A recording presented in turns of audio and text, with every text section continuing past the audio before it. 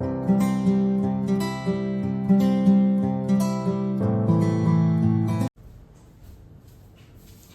सिया राम बच्चों, आप सभी का स्वागत है जय सारम स्टडीज में। उम्मीद करता हूं आप लोग अच्छे होंगे, स्वस्थ होंगे और अपना बहुत ज्यादा ख्याल रखते होंगे और पढ़ाई भी साथ साथ करते रहिए। तो चलिए, आज हमारे साथ जो आज का लेक्चर है वो है एक्सरसाइज 1.1 क्लास 9 की नंबर सिस्टम्स। तो नंबर सिस्टम के क्वेश्चन को स्टार्ट करते हैं और बिना टाइम वेस्ट किए डायरेक्ट टॉपिक पे आते हैं। तो चलिए एंजॉय करते हैं अपने चैप्टर को। तो क्वेश्चन कह रहा है, is zero a rational number? Can you write it in the form of p upon q where p and q are integers and q will not equals to 0? Question mark बना हुआ है, मतलब आपको answer करना है। तो चलिए देखते हैं। तो सबसे पहले सॉल्यूशन करते समय इस बात को ध्यान रखिए कि रैशनल नंबर पूछ रहा है, जीरो क्या रैशनल नंबर है? तो रैशनल नंबर हमें पता होना चाहिए। तो रैशनल नंबर की डेफिनेशन लिखिए। तो रैशनल नंबर की डेफिनेशन क्या होती है? A number is called rational number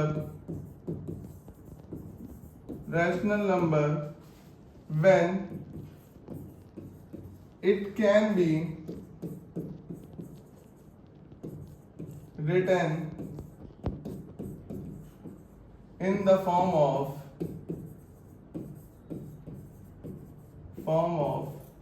p upon q where p and q are integers and q is not equals to 0। तो रैशनल नंबर की डेफिनेशन क्या होती है? A number is called rational number when it can be written in the form of p upon q where p and q are integers. तो सबसे पहले अब इसमें तो डेफिनेशन हो गई। अब बात करते हैं इंटीजर्स क्या होता है। तो इंटीजर्स जो होते हैं वो कोई भी पॉजिटिव या कोई भी निगेटिव नंबर हो सकता है। इवन जीरो भी आपका एक इंटीजर होता है। तो नंबर लाइन पे जिसको आप रिप्रेजेंट करते हो, तो नंबर लाइन पे जीरो होता है। जीरो के राइट हैंड साइड पे आपका पॉजिटिव वैल्यू होती है और उसके लेफ्ट हैंड साइड पे आपकी निगेटिव वैल्यू होती है। तो ये सारे नंबर यानी कि पॉजिटिव हो निगेटिव हो, ये सारे नंबर इंटीजर्स कहलाते हैं। तो रेशनल नंबर क्या हो गया? कोई भी नंबर जो p अपॉन q में हो। हाँ, ध्यान ये रखना है कि q जीरो नहीं होना चाहिए, क्योंकि अगर q जीरो हो जाता है तो वहां पे कंडीशन बन जाती है नॉट डिफाइंड की, यानी कि आप उसको डिफाइन नहीं कर सकते हैं। तो पूछ रहा है question, is zero a rational number? तो आप लिखोगे इसके बाद yes zero is a rational number. अब ये रैशनल नंबर आपने बताया कि जीरो रैशनल नंबर है, ठीक है। रैशनल नंबर की डेफिनेशन भी आपने लिख दी।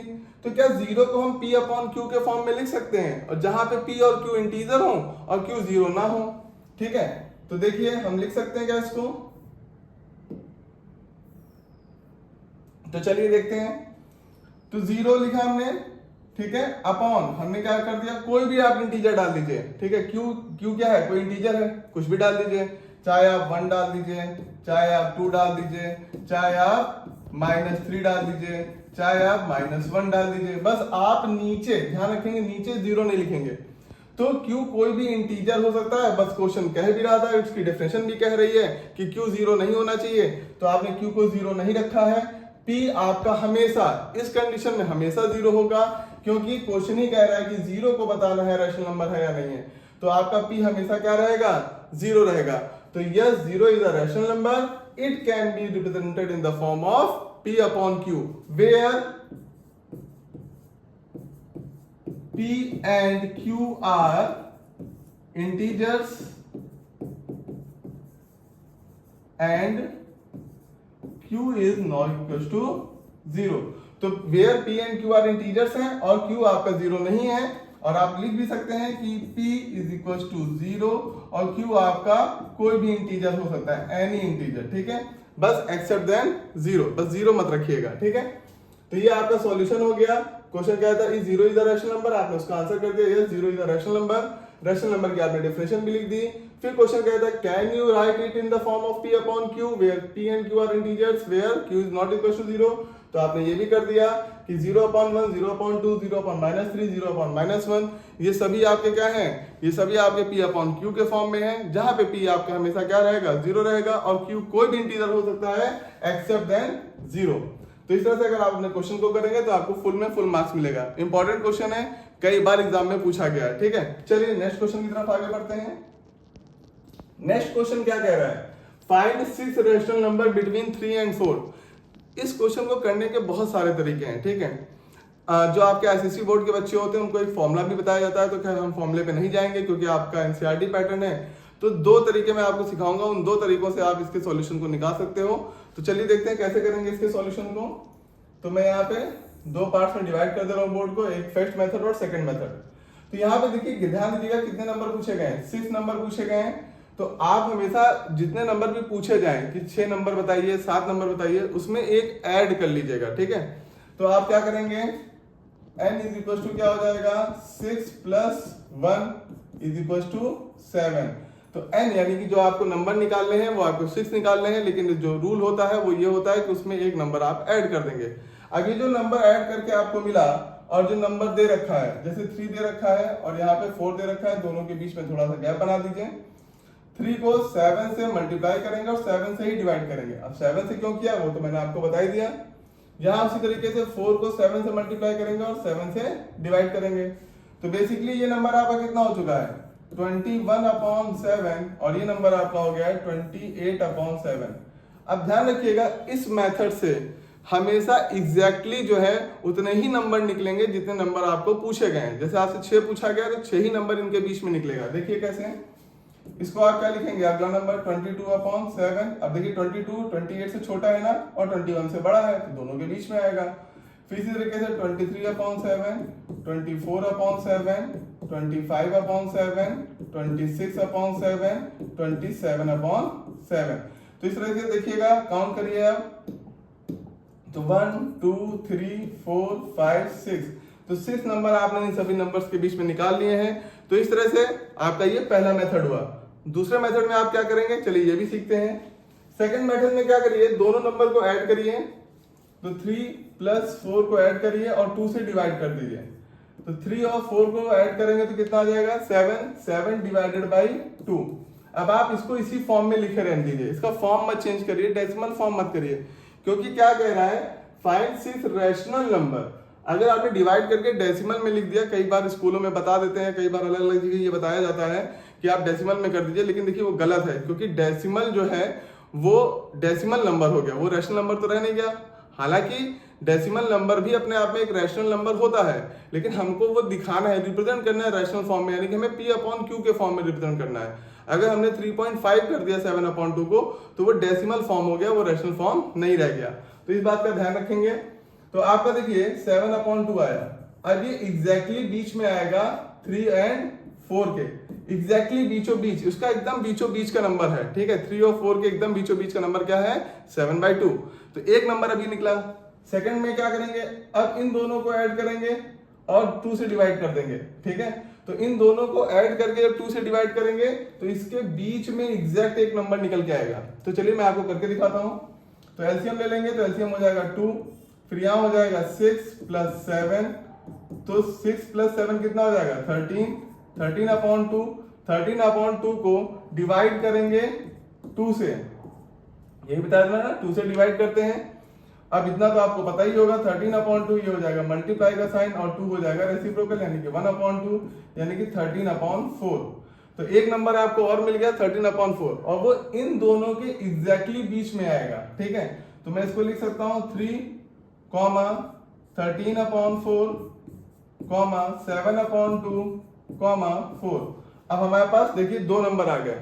अब आपको एक और नंबर निकालना है, तो इन दोनों को ऐड कर लीजिए, यानी कि यहां और यहां को। तो इन दोनों को ऐड करके फर्दर 2 से डिवाइड कर दीजिए। तो फर्दर 2 से डिवाइड करेंगे तो एग्जैक्टली इन दोनों के बीच में एक नंबर आपको मिलेगा। इस तरह से आपको 3 नंबर मिल जाएंगे। अब मैं करके दिखाता हूं। तो 4 और 7/2 को ऐड करें, एलसीएम आ जाएगा 2, तो 7 प्लस 8 यानी कि 15/2, और जब 2 से डिवाइड करेंगे तो हो जाएगा 15/4। तो एक नंबर और आ गया जो कि 15/4 है, और जो कि 7/2 और 4 के बीच में लैंड करेगा। अब इस तरह से हमारे पास 3 नंबर मिल गए। तो 13/4, 7/2, 15/4, और ये हो गया 4। अब फर्दर क्या करेंगे, फिर इन दोनों को ऐड करेंगे और 2 से डिवाइड कर देंगे। अब देखिए थोड़ा लंबा प्रोसेस हो रहा है ना, तो इसलिए इस तरह का मेथड इस्तेमाल करिए जिससे कि आपका जल्दी निकल आए, टाइम भी बचे आपका, और एग्जैक्ट सही आपका आएगा। इसमें भी कोई गलती नहीं है और इसमें भी कोई गलती नहीं, आप दोनों मेथड इस्तेमाल कर सकते हैं। तो फर्दर यहाँ से भी इन दोनों नंबर को ऐड करिए और 2 से डिवाइड करिए तो इन दोनों के बीच में एक नंबर आएगा। तो इस तरह से आप मल्टीपल नंबर्स निकाल सकते हैं जितने भी आपसे पूछे जा रहे हैं। ठीक है, चलिए अब आगे बढ़ते हैं। समझ में आ गया सभी को? ठीक है, तो क्वेश्चन नंबर 3 क्या कर रहा है, find the 5 rational number between 3/5 and 4/5। तो मैं पहले ही मेथड से इस्तेमाल कर रहा हूं, आप चाहे दूसरा मेथड भी इस्तेमाल कर सकते हैं, लेकिन एक मेथड और बताता हूं, आप उसका भी इस्तेमाल कर सकते हैं। ठीक है, तो यहां पे क्या करना है, 5 रैशनल नंबर पूछा गया है, तो n कितना हो जाएगा 5 + 1 यानी कि हो जाएगा 6। तो 6 से पहले नंबर को मल्टीप्लाई करेंगे और डिवाइड करेंगे। तो 6 से मल्टीप्लाई किया, 6 से ही डिवाइड किया। यहाँ पे है 4/5, 6 से मल्टीप्लाई और 6 से डिवाइड। तो ये नंबर आपका बन चुका है 18/30 और ये नंबर आपका बन चुका है 24/30। अब यहाँ पे देखेंगे आपको कितने नंबर लिखने हैं, 5 नंबर लिखने हैं, एग्जैक्टली 5 नंबर आएगा। 18 के बाद 19, फिर 20/30 करते रहिए, 21/30, 22/30 और 24/30। तो यहाँ पे देखेंगे कितने नंबर आए, 1, 2, 3, 4 और 5। तो 5 नंबर आपके आ चुके हैं। ध्यान रखिएगा, इसको जरूरी नहीं है कि आप इसको और ज्यादा सिंप्लीफाई करें, करना चाहते हैं तो आप कर सकते हैं, गलत वो भी नहीं है। जैसे कि यहाँ से 0 और 0 कैंसिल हो जाएगा, तो 2/3 इन्हीं के बीच में नंबर वही नंबर है, सिंपलेस्ट फॉर्म में है, तो गलत ये भी नहीं है। आप चाहे तो सिंप्लीफाई करके लिख दीजिए, अगर आप चाहते हैं सिंप्लीफाई नहीं करना तो आप नहीं भी करेंगे तब भी आपको पूरे नंबर मिलेगा, तो इसके लिए बिल्कुल टेंशन मत लीजिए। अब आगे बढ़ते हैं, बात मैंने कहा जैसा एक तरीका और बताते हैं। अब क्या करिए, आप 10 या 100 ऐसे नंबर से मल्टीप्लाई कर लीजिए नंबर्स को। ठीक है, मल्टीप्लाई और डिवाइड। जैसे कि मान लीजिए यहाँ पे मैंने 10 से मल्टीप्लाई किया, हो गया 30, और यहाँ 10 से मल्टीप्लाई किया, ये हो गया 50। वही काम यहाँ करना ही हो जाएगा 40 और ये हो जाएगा 50। अब देखिए इसके बीच में 9 नंबर आ सकते हैं, है ना, और आपको 5 पूछा गया है, तो कोई भी 5 आप लिख दीजिए, 31/50, 32/50, 33/50। तो अगर और नंबर पूछा जाए, जैसे मान लीजिए कई बार मैंने देखा है अलग अलग बुक्स में 100 नंबर्स या 200 नंबर्स पूछे जाते हैं, तो आप क्या 200 नंबर एक्चुअल में निकालने बैठ जाएंगे? नहीं। मान लीजिए इसी के बीच में मुझे 100 नंबर पूछे होते, तो मैं कुछ ना करता, 3/5 को 200 से मल्टीप्लाई करता और इसको भी 200 से मल्टीप्लाई करता, नीचे यानी कि डिवाइड करता। 4/5 ऊपर 200 से मल्टीप्लाई, नीचे भी 200 से मल्टीप्लाई। तो ये नंबर कितना हो गया 600 और ये कितना हो गया 1000। इसी तरीके से ये हो जाएगा 800 और ये हो जाएगा 1000। तो अब देखिए 600 और 800 के बीच में ढेर सारे नंबर आ सकते हैं। अब आपको सारे नंबर यहाँ पे लिखने नहीं होते हैं, आप यहाँ पे 3-4 नंबर लिख देते हैं, उसके बाद डॉट डॉट बना देते हैं, जो एग्जामिनर होता है वो समझ जाता है। तो ये आपका था तीसरा मेथड, यानी कि जरूरी नहीं है कि आप ये लगाइए। ठीक है, n = जो यहाँ पे दे रखा है वो +1 आपको नहीं करना है, तो आप ये भी कर सकते हैं। ये भी तरीका एकदम सही है और एग्जाम में कोई भी नंबर नहीं कटेगा। ठीक है, चलिए नेक्स्ट क्वेश्चन की तरफ बढ़ते हैं। नेक्स्ट क्वेश्चन कह रहा है, state whether the following statements are true और false, give reason for your answer. और ये आपका लास्ट क्वेश्चन है, काफी छोटी एक्सरसाइज है। ऐसा इसलिए क्योंकि सिलेबस जो है काफी जो है कम हो चुका है। 2024 की जो लेटेस्ट बुक है मैं उस बुक से आपको करवा रहा हूँ, तो उस बुक्स में आपके साथ 5 या 6 एक्सरसाइज हैं इस चैप्टर से रिलेट करके, नंबर सिस्टम से रिलेट करके। तो हर हफ्ते एक एक वीडियो आता रहेगा, तो हर एक वीडियो को आप देखते रहिए और अपनी पढ़ाई को आसान बनाइए मेरे साथ और अपने अच्छे नंबर स्कोर करिए। ध्यान रखिए यहाँ पर एक बात कि आप हमेशा अपने आप से वादा करिए और जो अपने आप से वादा करिए उसको निभाते रहिए। और वादा क्या करना है आपको अपने आप से कि आप जो भी परसेंटेज लाते हैं उससे 5 या 10% बढ़ाने का वादा करिए। खुद से वादा करिए, किसी से वादा नहीं करना है, ना मम्मी से, ना पापा से, ना टीचर से, ना भाई से, ना बहन से। आप खुद से वादा करिए। और अगर आपने खुद का वादा निभा लिया और अगर नहीं निभाया तो सोच के देखिए, अगर खुद का वादा आपने खुद से किया, वादा नहीं निभाया तो आप किसी के सगे नहीं है। तो कम से कम अपने से वादा करिए, किसी और से वादा मत करिए और उस वादे को जरूर निभाइए। चलिए आगे बढ़ते हैं। तो every natural number is a whole number, question कह रहा है क्या ये सही है? तो सबसे पहले तो हमें ये पता करना पड़ेगा होल नंबर क्या होता है। तो होल नंबर्स आर, यहाँ पे लिख लीजिए, होल नंबर्स आर, ये शुरू होते हैं बेटा 0 से, 0, 1, 2, 3 डैश डैश डैश इंफिनिटी तक जाते हैं। तो होल नंबर हमेशा 0 से शुरू होते हैं, इंफिनिटी तक जाते हैं। अब यहाँ पे पूछा है नेचुरल नंबर, क्या every natural number is a whole number, तो हमने होल नंबर लिख लिया। अब हम देखते हैं नेचुरल नंबर क्या होता है। तो नेचुरल नंबर क्या होते हैं? ऑल काउंटिंग नंबर्स, यानी कि 1 से जो स्टार्ट होते हैं, all counting numbers 1 2 3 4 dash dash dash infinity तक जाते हैं। तो देखिए हर एक नेचुरल नंबर क्या होल नंबर है? सामने ही दिख रहा होगा कि नेचुरल नंबर 1 हाँ यहाँ पे है, नेचुरल नंबर 2 हाँ यहाँ पे है। इसी तरह से हर एक नेचुरल नंबर जो है होल नंबर के अंदर ही आ रहा होगा, यानी कि आप लिख सकते हो यस, इसका आंसर क्या हो जाएगा? Yes, every natural number is a whole number because every natural number start with 1 and whole number starts with 0. So आप देख रहे होंगे कि every number whole number contains a natural number. तो इसका ये आंसर हो गया और ये रीजन भी हो गया। चलिए नेक्स्ट क्वेश्चन क्या कर रहा है? Every integer is a whole number, क्या हर एक इंटीजर जो है वो होल नंबर है? तो होल नंबर यहाँ पे लिखा ही हुआ है आपके पास, 0 से होते हैं। इंटीजर्स, तो मैं यहाँ पे सिर्फ इंटीजर्स के बारे में लिख रहा हूं, हालांकि मैंने आपको पहले क्वेश्चन में बताया भी था इंटीजर्स क्या होते हैं। तो माइनस इन्फिनिटी, फिर यहाँ पे माइनस, जैसे मान ली 0 है तो -1 -2 dash dash dash minus infinity तक आता है। उसी तरीके से 1 2 dash dash dash plus infinity तक जाता है। तो कह रहा है क्वेश्चन एवरी इंटीजर, तो माइनस वाले नंबर भी इंटीजर है ना, माइनस वाले नंबर भी इंटीजर है। तो क्या होल नंबर में माइनस का नंबर आ रहा है? नहीं, तो इसका आंसर हो जाएगा no, every integer is not a whole number. अब रीजन आपको देना है तो रीजन ये लिख देंगे कि नो, एक्सक्यूज मी, तो रीजन आप यहाँ पे ये लिख देंगे कि whole number is never be 0, sorry negative. तो आपका जो आंसर हो जाएगा वो इसका रीजन हो जाएगा कि कभी भी होल नंबर निगेटिव नहीं हो सकता और इंटीजर्स निगेटिव होते हैं, इस वजह से ये आपका आंसर जो है वो नहीं में आपने दिया है। नेक्स्ट है every rational number is a whole number, क्या हर एक रैशनल नंबर होल नंबर है? तो फिर से होल नंबर की डेफिनेशन यहाँ पे आपने होल नंबर लिख रखे हैं। एवरी रैशनल नंबर, तो रैशनल नंबर क्या होता है? P upon Q। अब P अपॉन Q, अब मैंने बताया था P और Q इंटीजर्स हो सकते हैं, यानी कि निगेटिव हो सकते हैं, ठीक है, यानी कि -3/4 या प्लस में भी आप लिखना चाहें तो +3/4, तो कोई भी आप नंबर ऐसे लिख लें 5/2। तो इस तरह से जो नंबर्स मिल रहे हैं, देखिए पॉजिटिव भी मिल रहा है, निगेटिव भी मिल रहा है। और होल नंबर क्या निगेटिव हो सकता है? तो होल नंबर निगेटिव तो हो ही नहीं सकता। तो every rational number is not a whole number, तो इसका भी आंसर क्या हो गया? नो, यानी कि फॉल्स हो गया। तो ये भी फॉल्स स्टेटमेंट है, ये भी फॉल्स स्टेटमेंट है और पहला स्टेटमेंट ट्रू है। इसका भी रीजन आप समझ ही गए होंगे, क्योंकि क्वेश्चन कह रहा है कि जो भी आपका रीजन है गिव रीजन, तो रीजन जरूर दीजिएगा, सिर्फ नो लिख के मत आ जाइएगा या फॉल्स लिख के मत आ जाइएगा, रीजन दे दीजिएगा। होल नंबर्स यहाँ पे लिख दीजिएगा, जैसे मैंने एक बार लिखा है, आपको हर बार लिखना होगा, ठीक है। अगर तीनों पार्ट आते हैं तो वैसे जनरली एक ही पार्ट पूछा जाएगा।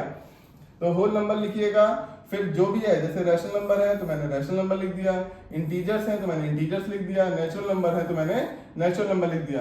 फिर आप बता दीजिए कि whole number is always start with 0 1 2 3 4। तो नेचुरल नंबर में देखिए 1 2 3 4 आ रहा है, तो every natural number is a whole number. यहाँ पे अगर आप देखेंगे तो इंटीजर जो है निगेटिव हो जाता है, बट होल नंबर नेवर भी निगेटिव। इसी तरीके से रैशनल नंबर निगेटिव हो जाता है, इसलिए होल नंबर कभी निगेटिव हो नहीं सकता। ये इसके रीजंस हैं। तो हो सो आपको एक्सरसाइज 1.1 समझ में आई होगी। अच्छा लगा हो तो मेरे चैनल को सब्सक्राइब करिएगा और बहुत लोगों तक शेयर करते रहिए। जय सिया राम बच्चों।